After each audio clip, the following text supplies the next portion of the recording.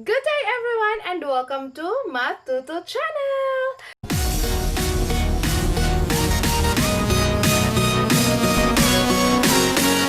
So for today's video tutorial, we will learn how to multiply numbers. Kung hindi ako nagkakamali, ang multiplication, no, sa panahon namin, charot, sa panahon namin talaga, we started to multiply numbers when we were in grade 3. No? Sa grade 3, tinuturo na ang multiplication.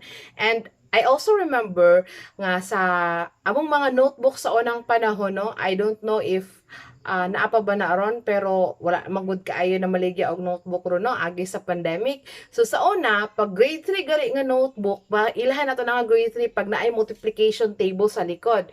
So when we were in grade 3, no, we were taught or forced to memorize the multiplication table. So, from 1 to 10. Mo ni ang basic na sa multiplication. Kinahanglan ma-master na to ang multiplication table from 1 to 10. Though sa una napuksan mi nga mag-memorize, but later on, pag abot na ko sa high school, mas dako pag ikatabang, no? Though ato nga panahon na di pa mi kasabot sa concept sa multiplication.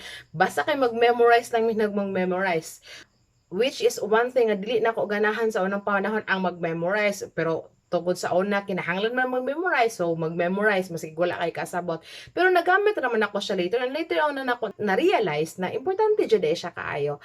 Okay, so, today, atong pagatunan at nan tay mga basic nga mga strategies.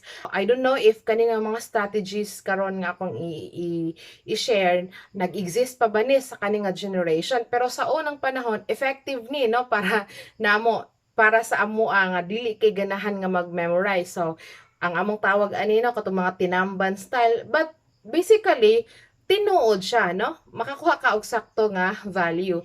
So let us try to multiply numbers with 5. In multiplying numbers with 5, siguro kung gamay lang, no? So 1 times 5, because 5, we have patterns man. So 5, 10, 15. Tag 5 ang yang interval pag mag-multiply ta og numbers mo. Na kasigara tong gitimanan. Pero mag-struggle na ta pag dagko na nga mga numero. Like, let's say, hundreds times 5, thousands times 5. No? So medyo dako-dako na siya. So, kung familiar na ka sa division, this strategy might be helpful, no, para dili ra kaita medyo maglabad ang atong ulo og memorize, because kani siya nga strategy na kinahanglan siya og mastery in dividing numbers by 2. By 2 lang naman, no? So, for instance, we have 86 times 5. So, in multiplying this 2-digit number with 5, atong huna-hunaon, no? Ato sang i-divide una si 86 by 2. So we have 86 divided by 2. 86 divided by 2, that is just basically equal to 43. So si 43 na karon nga quotient, diri ta magdugang og ato ning dungagan og 0 ra si 43. So that will become now 430. So therefore, mo na karon ang product ni 86 ug ni 5, that is equal to 430. So, anak na siya kasimple. So, let us try another number. Kaya medyo dako-dako. So, we have 1,262 times 5. No? So, as you can see, we will use the long division method. So, katong familiar lang, ha? Okay, so we have 1,262 divided by 2. So, basically, that is just 631 as your quotient, because if you're going to multiply that one that is with 2, that is just equal to 1,262. So when you subtract that one, the remainder is 0. So now take note, you have a quotient of 631. So kanang 631, ato lang na siyang dungagan diha og 0. Yes, 0. So therefore, 1,262 times 5, that is just equal to 6,310. Okay. Let's have another one. We have 4,847 times 5. Now, as you can see, ang ato ang number, ang ato ang multiplier is add, di ba? 4,847. So, kung ato na siyang i-divide og 2, the quotient is 2,423. Okay? Kung atong i-subtract siya sa divisor, we have 1, which is our remainder. So take note, our quotient is 2,423 and remainder 1. So we will consider this one, no? So, ato nang isulat. So, instead nga, magdugang taog 0 ni 2,423, imbes ato siyang dungagan og 0 tungod kay naaman tay remainder nga 1, kanang 1 nga remainder diha at abot pa sabot na nga kanang 0, instead ato na siyang ilisan og 5. So, himuon ato na siyang 5 diha. Okay? So, therefore, the product of 4,847 and 5 is equal to 24,235. Yes! Amazing! Okay. So, we're done multiplying numbers with 5. So, ang sunod nga strategy nga akong introduce, so, we called this before, no, sa among panahon, matching our fingers. So, as you can see, no, na mga numero ako mga fingers. Here, yes, okay. So, I'm gonna introduce you how to multiply digit 6 to 10 using our, this one, bare fingers. So, let's do this.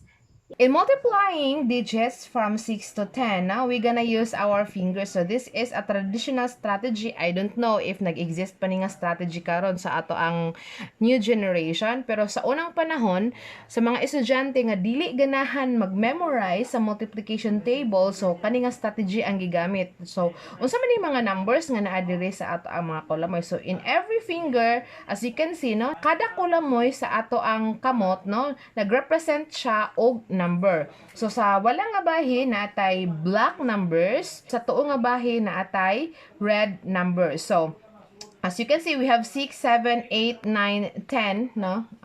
Basta mauna na siya, lantawa lang ninyo ang kwan kay mulihok tanan. Okay?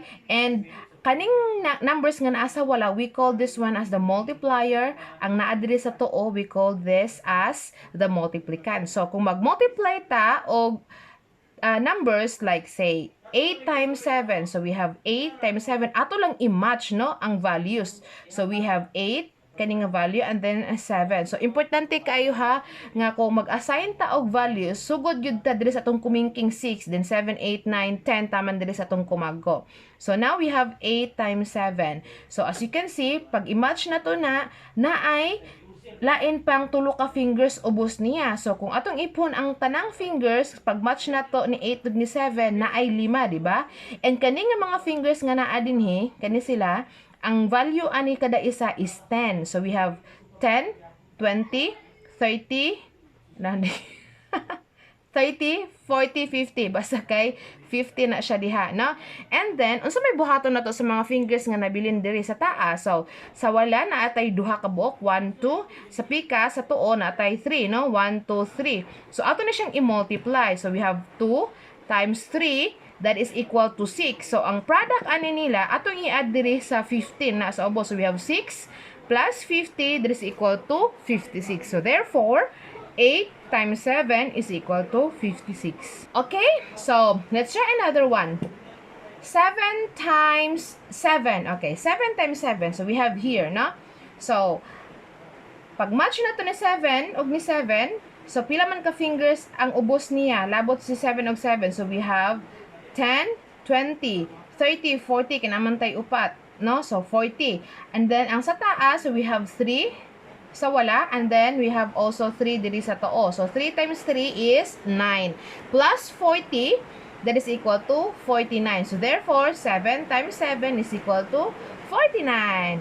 Easy, right? How about 9 times 8? So 9 times 8, so in here, no? 9 times 8. So we have how many fingers nga nasa ubos? Kauban sila ng 8. So we have 1, 2, 3, 4, 5, 6, 7, no? So, tag 10 ang value. So, natin 17, ano? Okay, 10, 20, 30, 40, 50, 50, 60, 70. Basta 70. So, ang sa taas, na kayo nabilin nga 1. And then, sa tuon, ay nabilin nga 2. So, you multiply 1 times 2, that is equal to 2. And then, plus 70. So, therefore, you have 72. Therefore, 9 times 8 is equal to 72. Very good. How about 6 times 10? Okay, na kay 6, no? So, dara, si 6. Haman si 10. So, dara si 10. So, kung ato nang i-match, okay, ana siya, no? 6 times 10. So, you have 1, 2, 3, 4, 5, 6. So, you have 6 fingers. That is 60 nga values. And then, you have 1, 2, 3, 4. Upat sa taas. But as you can see, wala na kay fingers diri sa tuo, di ba? Kay naaman diri, nahurot man diri tanan. So, that means nga 0 ang pika. So, if you're going to multiply 4 and 0, that is just equal to 0. And 0 plus 60 is equal to 60. Therefore, 6 times 10 is equal to 60. Okay? So, let us have 8 times 8. So, 8 times 8. Chung, chung, chung, chung. Okay, we have this one. So, 10, 20, 30, 40...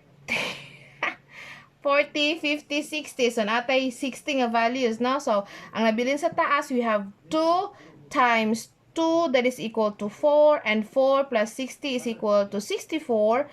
Therefore, 8 times 8 is equal to 64. Alright.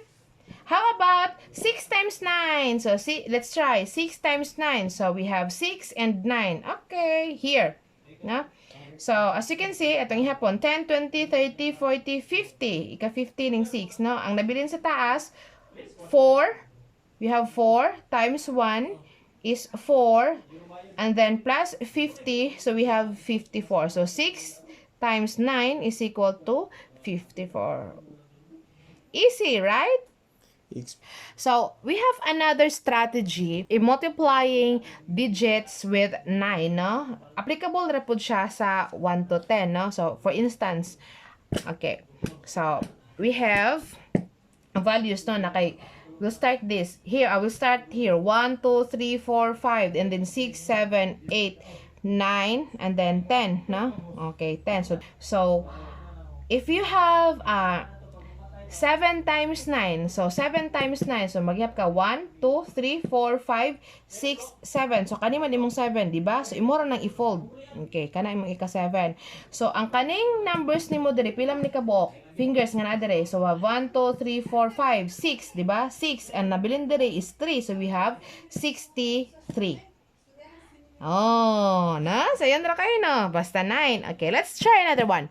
4 times 9. Okay. Kung mag-work ba, 4 times 9. So, you have 1, 2, 3, 4. So, kani ang imong ika-4. Imong na fill on. Pak.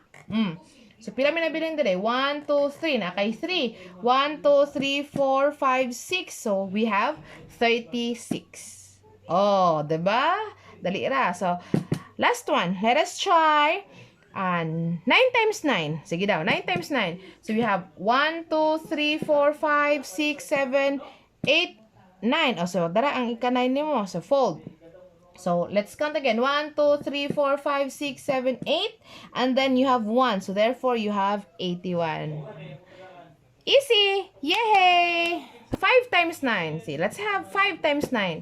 So, we have 1, 2, 3, 4, 5. Okay, fold ang 5. So, 1, 2, 3, 4. 4. And then, in here, sa pikas, 1, 2, 3, 4, 5. So, we have 45. Okay. So, how about when we multiply numbers by 10? So, kung mag-multiply tag numbers by 10, no, dali ra, no? For instance, naatay 719 times 10. So, atong buhaton, ato lang kopyaon ang yung multiplier. So, you have 719. Dungagan lang na ito og isa ka 0. Yes, isa ka 0 din ha. So, that is now 7,190. So, 719 times 10 is equal to 7,190. Correct.